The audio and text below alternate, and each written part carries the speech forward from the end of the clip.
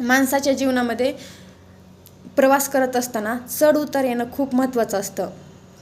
आणि जर सरळ रस्ता असेल ना, माणसाला फक्त चालायचं माहिती असतं.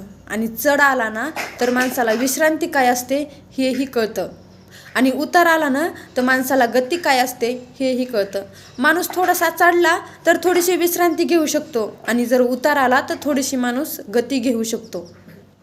त्यामुळं आपल्याला गतीचा आणि विश्रांतीचा चांगलाच अनुभव मिळू शकतो. तसंच जीवनामध्ये असतं. जीवनामध्ये सुख येणं पण खूप महत्त्वाचं असतं आणि दुःख येणं पण खूप महत्त्वाचं असतं. सुख म्हणजे काय आहे हे दुःख ओलांडल्यानंतर कळतं, आणि दुःख म्हणजे काय आहे हे सुख ओलांडल्यानंतर कळतं. त्यामुळं जीवनामध्ये सुख आणि दुःख येणं खूप महत्त्वाचं असतं. सुख आलं तरी माणूस भोगलेल्या दुःखाला विसरू शकत नाही, आणि दुःख आलं तरी मला वाटतं की आपण भोगलेल्या सुखाला कधी विसरू नाही.